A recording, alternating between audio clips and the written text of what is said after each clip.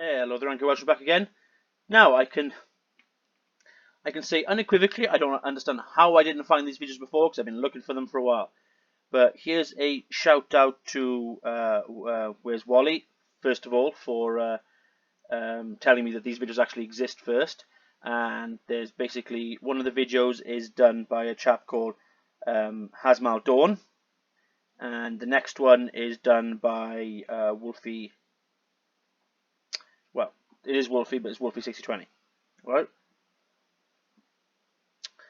So basically, it's kind of ruined the rest of my videos. I've spoiled some stuff. But here we go, right? So I can say unequivocally now that basically, well, it was never alive to begin with, but his tower crane argument is now dead. Done and buried, exploded, burned. It is nothing. In his mind, it's the most important thing ever in the world. But we tried to explain to him about the laws of physics, but obviously it's like this with Adam with the world of science. I don't entirely know exactly what's going on. It's going to be so much fun. So here we go, right? So he talks about his little, well, terrible crane, right? Now let's imagine that crane now. Bearing in mind the crane's only, I don't know, about, I'll take a guess, 120 foot tall. There's restrictions on travelling cranes anyway. That should be a big warning light for anyone. Straight off the bat. No. So let's say this crane's 120 foot tall and is travelling. It's completely irrelevant. Approximately 3 miles an hour. And we saw there's hardly any underhook height. And we saw the chain swinging and dancing around. Now let's imagine this crane travelling at 500 miles an hour. Well, thank you very much. I'm glad you asked. Now, before we get into that, I would like to point out that you will see some slight movement of the pendulum. Right? Some slight movement. Now, the red markers here is showing basically the aircraft are usually very stable in terms of its flight from this axis, but it's lateral. So basically, the green bit down here, planes are usually slightly more unstable because remember the planes, it's a lift pushing up on each wing and down or whatever. So planes tend to tilt from side to side very slightly, a bit of turbulence, a bit of up and down, whatever. So the movement you're going to see from the pendulum, as slight as it is going to be from those sort of movements. And actually not, I need to point out, from the direction the aircraft is travelling, which is a big giveaway here, Adam. All right? So, obviously now, I think I need to go back to the video again. So this is the one from Hasmal Dawn. I issue everyone to go and subscribe to this chap. He's only got 4 subscribers, bless him. But he's done probably one of the best videos. Right? So this chap is travelling. He's probably at about 47,000 feet. And look, see? So imagine your tower crane, and this pendulum, by the looks of it, could be a good 4 feet tall. If it's probably going from the top of the roof of the cockpit, this pendulum could be about 5 feet long. Right? And I would like to point out, look, the only movement you're seeing from it is from side to side, probably caused by the turbulence of the aircraft. Basically going from side to side, so basically, turbulence causes a bit of acceleration and deceleration as you move there. And you could tell if you go back to Adam's example, where you wait for it up, look how much this thing's moving and only going 3 miles an hour. Watch them chains swinging about there as that crane travels. Yeah, look at that. All right. Look how much that crane's traveling on. That's only going 3 miles an hour, according to him, right? Look how much there. And this is probably travelling anywhere between 400 to 500 miles an hour. Lower the volume down a bit. The links for these videos will be down in the description below as well. So look how little movement there is.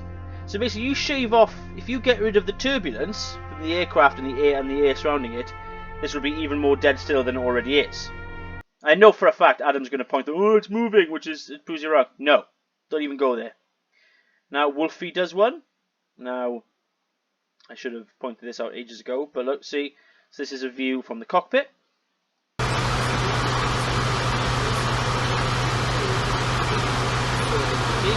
how still this one is. And that's just him proving that it's not solid or anything. We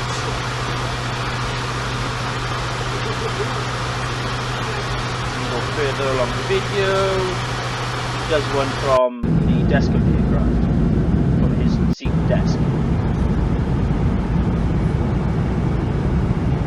See, slight side to side. That could be caused by vibrations of people walking and people shaking his seat, you know, so on and so forth. You need to take that into consideration. The person probably sitting in the seat front of him in which the table is connected to, so that's probably going to cause a little bit. But remember, he's travelling most likely about, you know, anywhere between 400 and 500 miles an hour. Could be less, could be more. Hang on, let's see if I can figure out. I'm not even going to try and guess. But he's travelling probably between 300 and 500 miles an hour, obviously. And look how still it is, Adam.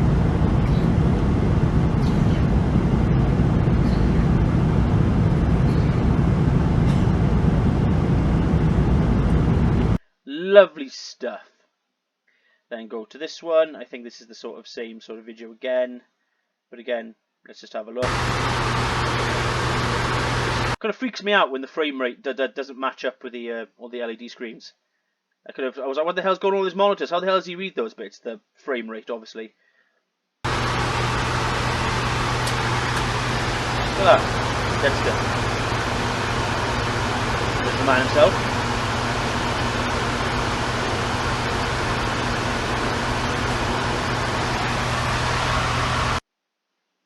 Don't know why he had his foot. Does that look like an accelerator pedal? Even though I know aircraft of that size don't accelerate that way. So, Adam, your tower crane argument is now completely null and void, completely irrelevant. It's destroyed. It's stupid. It's idiotic, like we've always told you.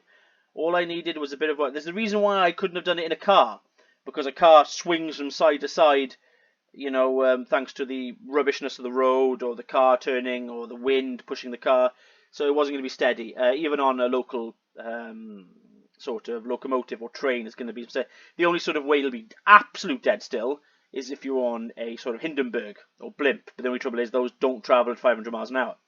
So like I said, Adam, you could take this, right, this pendulum onto a Concorde, which would travel at about 1,300 miles an hour, or 1,400 to 1,500 miles an hour, and this is pretty much the sort of movement you'd get. Alright, so I'm so chuffed that I've managed to make this video and finally found out that somebody had actually already done this. Saves me money of buying pendulums, because a desk-mounted pendulum for some reason aren't cheap, even though I could have done it with a bit of string, whatever, but I would have done it, you know, whatever. I would have liked to have done it better to avoid sort of discrepancies and whatever, but this sort of proves my point as well. These are very good. So, Adam. Fun. I don't entirely know exactly what's going on. So, that's me done. Thanks. I hope Where's Wally doesn't mind me using parts of his video. I thank him again for pointing out the existence of these awesome little videos to put Adam's little tower crane argument to bed, even though it was never taken seriously anyway. Hope everyone's keeping safe. Hope everyone who's currently in Texas in the United States is keeping nice and warm. And hope everyone else is having a good time. Thank you very much, and have a good evening.